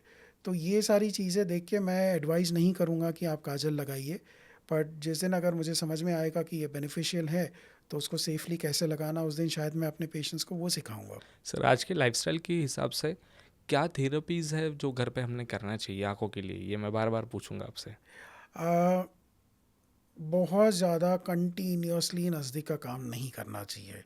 अगर आप पढ़ाई भी कर रहे हैं तो बीच बीच में से आपने कहीं दूर देखना चाहिए, थोड़े थोड़े ब्रेक्स लेने चाहिए।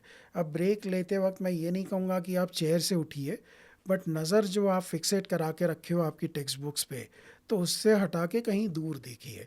तो आँखों के मसल्स को थोड़ा सा रिलैक्स करिए, एक 15-20 सेकेंड्स के लिए।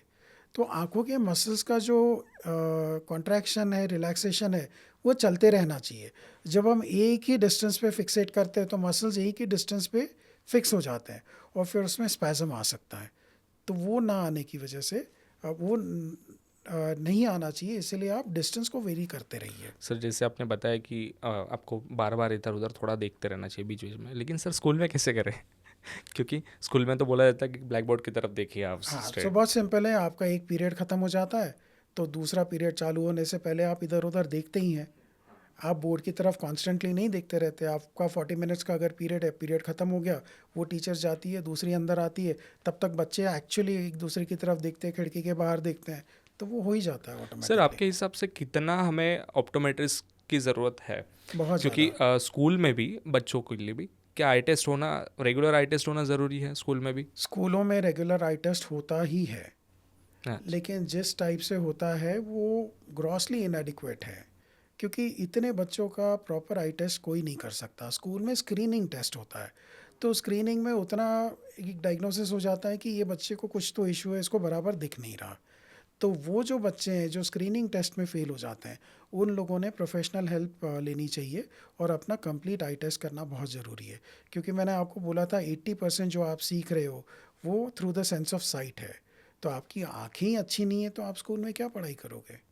सर कितना आपके एक्सपीरियंस में कोई ऐसा कि विज़न क्लियर होने की वजह से उसका एक्चुअल मार्क्स में या स्कूल लाइफ में बहुत सारा चेंजेस ऐसा कुछ? हाँ, इनफैक्ट एक केस है, एक नागपुर के बड़ी स्कूल की एक्स प्रिंसिपल है, वो मेरे यहाँ अपनी पोती को लेके आई थी, और उन्होंने कहा कि मैं उसकी दादी हूँ इसीलिए नहीं कह रही हूँ, पर मैं जानती हूँ, टीचर हूँ इसलिए, कि मेरी बच्ची, मेरी जो पोती है वो पढ़ाई में अच्छी है, वो इंटेलिजेंट बच्ची है, पर उसके ग्रेड्स अच्छे नहीं आ रहे, कभी कभी वो फेल हो रही है। तो उसका क्या प्रॉब्लम है देखिए। तो उसके दो सिंपल प्रॉब्लम्स थे। उसका चश्मे का नंबर गलत था जिसकी वजह से वो क्लियर देख नहीं पा रही थी, और उसके आँखों के मसल्स जो है वो वीक थे। तो ये दोनों चीज़ें हमने ठीक कर दी और उसके ग्रेड्स इंप्रूव हो गए। अब इसका मतलब ये नहीं कि मैं हर कोई बच्चे को चश्मा दे दूँ और एक्सरसाइज दे दूँ तो वो फर्स्ट आना चालू होगा। जिसको प्रॉब्लम है उसको एक्सरसाइज से डेफिनेटली बेनिफिट होगा। तो एजुकेशन में डेफिनेटली बहुत फ़र्क पड़ता है, क्योंकि आपका कंसंट्रेशन बढ़ जाता है, स्ट्रेस निकल जाता है, हेडेक कम हो जाता है, तो डेफिनेटली स्कूल में परफॉर्मेंस इम्प्रूव होता है। सर आपके पास कार है, आपके पास ड्राइवर है? नहीं, मेरे यहाँ ड्राइवर नहीं है, मैं खुद चलाता हूँ गाड़ी। आप एक ऑप्टोमेट्रिस्ट हो, तो कैसे हम लोग ये चेंज करें, लोगों का व्यू चेंज करें कि हमें हमें ऐसा लगता है ना कि ऑप्टिकल शॉप में गए, आई टेस्ट करवा लिए, बस हो गया। लेकिन रेगुलर जो ड्राइवर्स है, नॉर्मल पायलट, ठीक है, पायलट का टेस्टिंग होता है, लोको पायलट का टेस्टिंग होता है, लेकिन ड्राइवर्स का नहीं होता है। करेक्ट। बिल्कुल। हम लोग अपने कार के लिए भी ड्राइवर रखते हैं, हम लोग उसका भी टेस्ट नहीं कराते हैं। तो हमने ये चेंज करना ज़रूरी है, तो कैसे हम लोग करें? मैं तो कहूँगा ये ऑलरेडी चेंज हो रहा है, क्योंकि आपको अगर इतना पता है, क्योंकि ये भी लोगों को नहीं पता था। अब मेरे यहाँ इतने लोग आते हैं जो बड़े बड़े इंडस्ट्रियलिस्ट हैं, बड़ी गाड़ी लेके आते हैं और अपना आई टेस्ट कराते हैं, अपनी मम्मी का कराते हैं, अपने बच्चों का कराते हैं, लेकिन ड्राइवर का नहीं कराते हैं। और मैं उनसे एक ही चीज़ कहता हूँ कि आप रोज़ 50 किलोमीटर वो ड्राइवर के भरोसे कार में बैठे हैं, और आपने वो ड्राइवर का आई टेस्ट नहीं किया। अब बहुत बार वो ड्राइवर का आई टेस्ट करो तो पता लगता है उसको कुछ दिखता ही नहीं है, या उसको बहुत कम दिखता है, he is not fit to drive. So मैं हमेशा इनकरेज करता हूँ कि आपके ड्राइवर्स का, आपके आपके बच्चों के लिए आप बेस्ट स्कूल में उनका एडमिशन कराते हो, बेस्ट बस लगाते हो, वो बस में बैठ के बच्चा जाता है, वो बस ड्राइवर को दिखता या नहीं दिखता, whether he is fit to drive और नॉट, ये आपको पता ही नहीं है। तो हर स्कूल के बस ड्राइवर, और स्कूल ही क्यों, जितने भी रोड पे व्हीकल्स जा रहे हैं, जितने भी लोग गाड़ियाँ चला रहे हैं, हर किसी का आई टेस्ट होना बहुत ज़रूरी है। एक और चीज़ मैं हमेशा कहता हूँ कि बहुत बार मालिक पीछे बैठा है, ड्राइवर सामने गाड़ी चला रहा है, तो वो सनग्लास नहीं लगा सकता। वो वाइट यूनिफॉर्म में रहता है, कैप में रहता है, लेकिन सनग्लास नहीं लगा सकता। मैं तो कहूँगा कि उसको सनग्लास भी कंपलसरी करो, क्योंकि उसके वो सनग्लास पहनने की वजह से उसका ड्राइविंग सेफ़ हो जाएगा, और ड्राइविंग सेफ़ होने की वजह से आप खुद सेफ़ हो जाओगे। आप भले सनग्लास मत पहने, पर आपके ड्राइवर को ज़रूर दो एक अच्छा सनग्लास, एक डिसेंट सनग्लास जो रिफ्लेक्शंस को कट करे। सो ड्राइवर का आई टेस्ट करना, ड्राइवर को क्लियर विजन देना बहुत ज़्यादा ज़रूरी है। सर इतने सालों का आपका एक्सपीरियंस हो गया, सोसाइटी को आप क्या मैसेज देना चाहोगे विजन को लेके, आई को लेके? हर साल घर में जितने भी लोग हैं, हर किसी ने आई टेस्ट करना चाहिए, अच्छा सनग्लास पहनना चाहिए, अच्छी क्वालिटी का चश्मा पहनना चाहिए। घर में जितने भी बच्चे हैं उनका आई टेस्ट होना बहुत ज़्यादा ज़रूरी है, और उनको माइनस नंबर का अगर चश्मा है तो वो बच्चे को मायोपिया कंट्रोल प्रोग्राम में डालना ज़रूरी है, एक प्रॉपर मायोपिया क्लिनिक में कंसल्ट करना ज़रूरी है, ताकि उसका मायोपिया ज़्यादा तेज़ी से ना बढ़े। क्योंकि आज बहुत स्पेशल डिवाइसेस अवेलेबल है जिससे हम ये मायोपिया को कंट्रोल में ला सकते हैं। बच्चों की अगर आंखों के मसल्स वीक हैं तो उसका डायग्नोसिस बराबर होना चाहिए और उसका ट्रीटमेंट बराबर होना चाहिए, ताकि वो स्कूल में आराम से स्ट्रेस फ्री एजुकेशन ले सके। इन सब से डेफिनेटली बहुत फ़र्क पड़ेगा। सर हर किसी का आँखों का साइज़ कम ज़्यादा होता है कि स्पेशली जिनको तकलीफ है उन्हीं के आँखों का साइज़ कम ज़्यादा होता है? अगर आप आईबॉल की लेंथ के बारे में बात करें तो जो मायोपिया होता है जिनको, उनकी आईबॉल की लेंथ ज़्यादा लंबी हो सकती है, तो उनमें हर 6 महीने में आईबॉल की लेंथ मेजर करना बहुत ज़रूरी है। ओके। लेकिन जैसे मेरे इसमें भी मुझे ऐसा लगता है कि मेरा एक थोड़ा हाँ, छोटा वो है। कभी कभी हो सकता है पावर की वजह से, क्योंकि एक आँख में पावर ज़्यादा होने की वजह से माइनस नंबर अगर ज़्यादा है तो वो आईबॉल थोड़ी सी बड़ी हो सकती है। किसी किसी के कॉर्निया के कर्वेचर में चेंज हो सकता है, पर बाय एंड लार्ज 19-20 अगर रहा तो नथिंग टू वरी अबाउट। उसको हम कुछ कर भी नहीं सकते, बड़ी आईबॉल को हम श्रिंक नहीं कर सकते, या छोटी को हम बड़ी नहीं कर सकते। तो आई थिंक वो बेस्ट इग्नोर है। प्रॉपर डायग्नोसिस कर लीजिए, आपका प्रॉब्लम सॉर्ट आउट कर लीजिए। साइज़ जो थोड़ा कम ज़्यादा है ठीक है, अभी मेरी आईब्रोज ऊपर नीचे है, मेरे कान बराबर नहीं बने, किसी का एक हाथ लंबा रहता है, उसको हम कुछ नहीं कर सकते, उसको छोड़ दीजिए, एक्सेप्ट कर लीजिए। सर अभी हम लोग जैसे टीवी देखते हैं, टीवी में अभी विज़न मतलब अपना एलसीडी स्क्रीन चेंज होते जा रहा है, एचडी 4K ये सब कुछ। तो टीवी देखते समय जो 3D गॉगल यूज़ होता है 3D शोज़ देखने के लिए, वो गॉगल सही है आँखों के लिए हमेशा देखने के लिए, कि वो कभी कभार के लिए ठीक है? नहीं, वो कभी कभार के लिए ठीक है, क्योंकि वो गॉगल जो है वो आंखों के मसल्स को थोड़ा कमज़ोर कर सकता है। तो जो लोगों को पहले से कमज़ोरी है वो अगर 3D मूवी देखें तो उनको सर दर्द होता है। ऐसे हाँ। बहुत सारे लोग हैं जो कहते हैं हमें 3D नहीं देखना है, हमको हेडेक होता है। तो उनकी आंखों के मसल्स कमज़ोर है, वो आप स्ट्रेंथन कर लीजिए, उनका हेडेक चला जाएगा। अच्छा। तो बहुत ज़्यादा रोज़ वो गॉगल पहन के 3D मूवीज़ देख रहे, 3D टीवी देख रहे, not advisable. Once in a while कर सकते हैं। मसल्स अगर वीक है तो उनको स्ट्रेंथन कर लीजिए, then you can enjoy your 3D viewing experience. Sir आपसे एक्सपीरियंस, आपका एक्सपीरियंस बहुत बड़ा है और आपसे हमें बहुत सारी बातें मिली है। इतना बहुत कुछ मिला आपसे कि ये हमारे पास बिल्कुल नहीं था। हमारे लिए बहुत ज़रूरी है, सभी के लिए बहुत ज़रूरी है कि आँखों की कैसी केयर करनी चाहिए, कितना ज़रूरी है कि आँखों में क्या जाना चाहिए, क्या नहीं जाना चाहिए, पानी से आँख कैसी धोनी चाहिए। नॉर्मल सी बातें हैं। ऐसा बोला जाता है कि आप नंगे पाँव अगर घास पे चले सुबह सुबह अर्ली मॉर्निंग, तो उससे विज़न ठीक होता है। ये मिथ है या ट्रूथ है? इसका स्ट्रेट फॉरवर्ड आंसर नहीं है, पर नंगे पाँव चलने से हमारे सोल्स में कुछ सेंसरी पॉइंट्स, ऐसे आयुर्वेद वाले कहते हैं या एक्यूपंक्चर वाले कहते हैं, वो स्टिमुलेट होते हैं। वो एक बात रही, पर जब हम बाहर चलते हैं तो आउटडोर लाइट का एक्सपोजर होता है जो हमारी आंखों के लिए अच्छा है, ये तो प्रूवन है। और ऊपर से हम नज़दीक का कुछ नहीं देखते, हम दूर की विज़न देखते हैं, क्योंकि ओपन एरियाज़ में हम चल रहे हैं। तो वो भी हमारी आँखों के लिए अच्छा है, क्योंकि हमारी आँखों के मसल्स रिलैक्स हो जाते हैं। तो मैं डेफ़िनेटली कहूँगा कि ये मिथ नहीं है।